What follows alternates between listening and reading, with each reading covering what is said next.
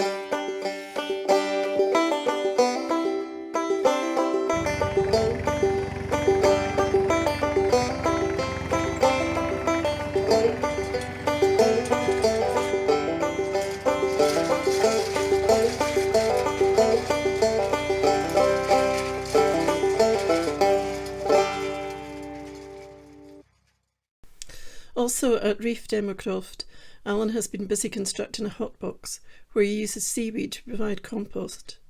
He has made a box out of housing insulation sheets like kingspan to generate heat, and he can germinate his seeds. Ish was given a beehive and the equipment as a gift, and one fine day in June a collection of bees came swarming by, and with the help of a fellow bee enthusiast they were able to tempt them into the hive. The Irish made them a comfortable home. Ish and Alan have also been breeding quail, which are really good for eating snails and slugs in the polytunnel. They also provide them with a steady stream of delicious eggs. This was a bit of a nail-biting time. The polycrabs had been ordered, but the company supplying them had trouble in getting the materials. A builder had been booked to come from Lochirelord, and accommodation had been put aside for him, and still no date for the polycrab. Meanwhile, Carolina, away in Inverness on nursing placement, was germinating lots of plants in her lodging room. But all was well in the end as the polycrab arrived on the same day as the builder. Then there were several days of sunny warm weather which the builders took full advantage of, putting in long days to get the job finished. And Carolina seedlings had a proper home which now looks very productive.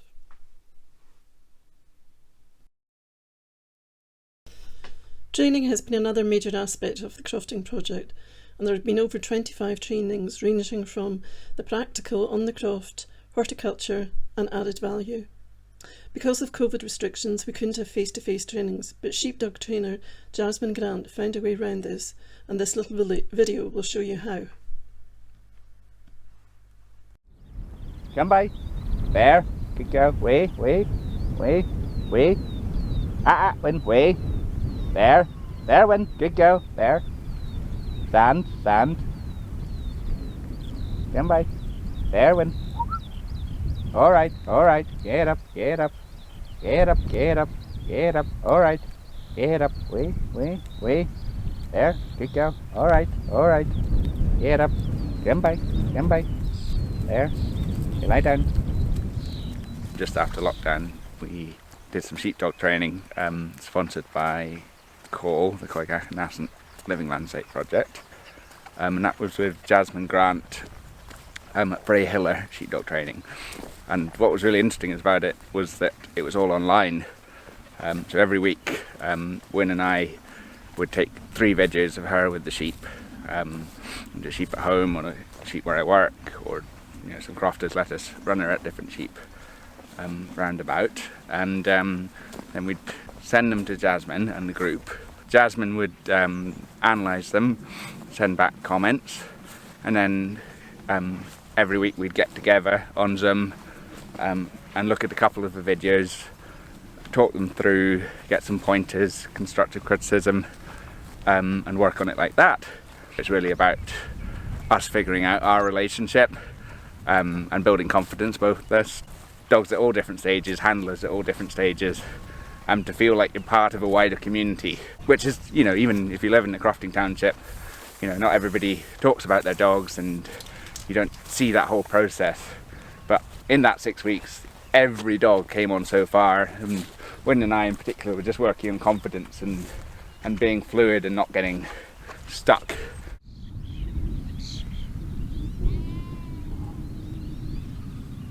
Some of the things we've been practicing are just driving along the fence, trying to keep steady movement.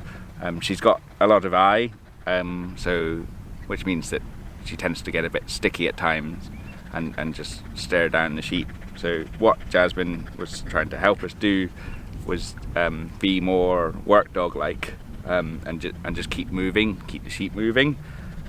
So ever since, I've always had that in the back of my mind. So movement for us is the most important thing. Come on, Win.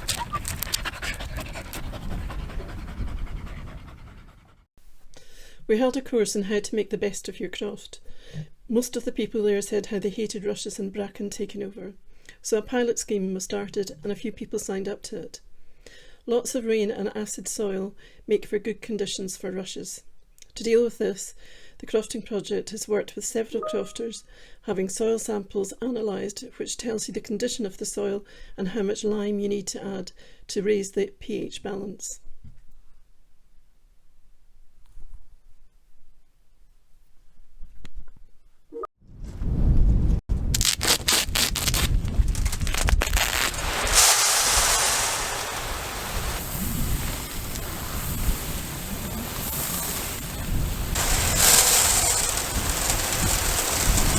This stuff is it's a pearled lime, ground lime, and it's formed up into these pearls, and it can be handled from a fertilizer spreader like this.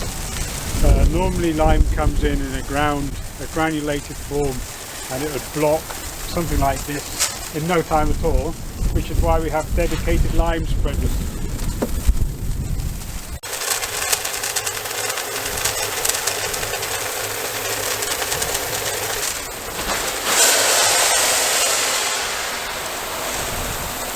I'm going to cut the bottom of the bag and we'll get rid of the final bit of lime in here, the peeled lime. In the olden days this would have been shelled sand off the beach and spread by hand, but Nowadays we use modern technology, which is only about 50 years old, and here we go.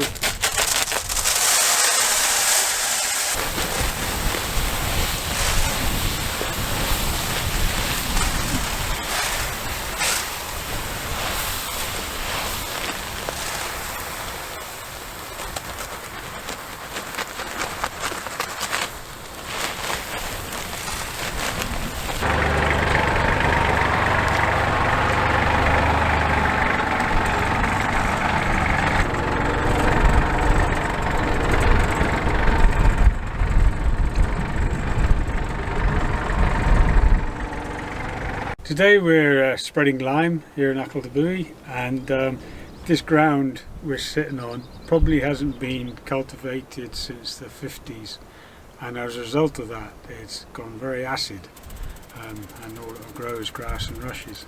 So we're going to plough this in a few days' time, but to correct the acidity we need to put on lime, and today we're using this prilled lime, which is very quick acting. Granulated lime from the quarries is a lot slower, long-term lime, but this is very quick acting, and then it'll get ploughed in and incorporated into the soil, ready for the neeps and kale later on. And the lime will enable nutrients that are locked up because of the acidity. If we correct the acidity, those locked up nutrients then become available to the plants, grass or whatever. That's the key thing about acid ground, is the lock up of the nutrients. There have been other outputs and interesting activities, too many to mention here. The project has helped some crofters map and register their crofts. There will be a moorland management plan drawn up, and the outcomes of the crofting survey will be worked into a report on the state of crofting in Coigach and Assynt, and will be published in September. I'll leave you now with another little video. Thank you.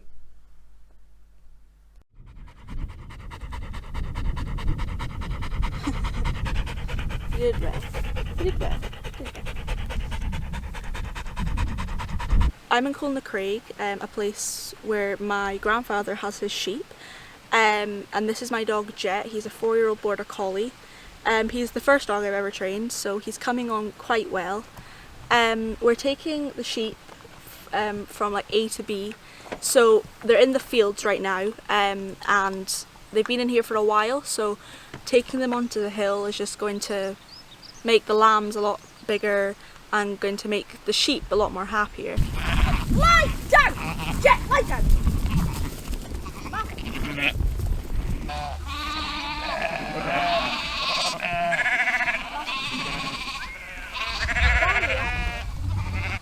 And the sheep will be up there until shearing time, so... What? The sheep will be up there until shearing time. What's wrong with you? Until shearing time. So they'll not for too long. We'll be gathering them back down, and contract shearers will be up for shearing them.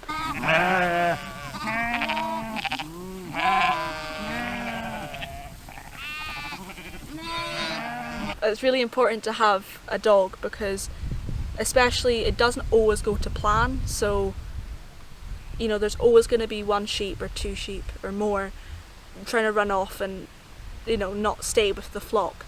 So it's super important to have a sheepdog to be there, and you can always trust him. So he's really good. He'll be driving the sheep along the hill and he'll take them to where they're meant to be.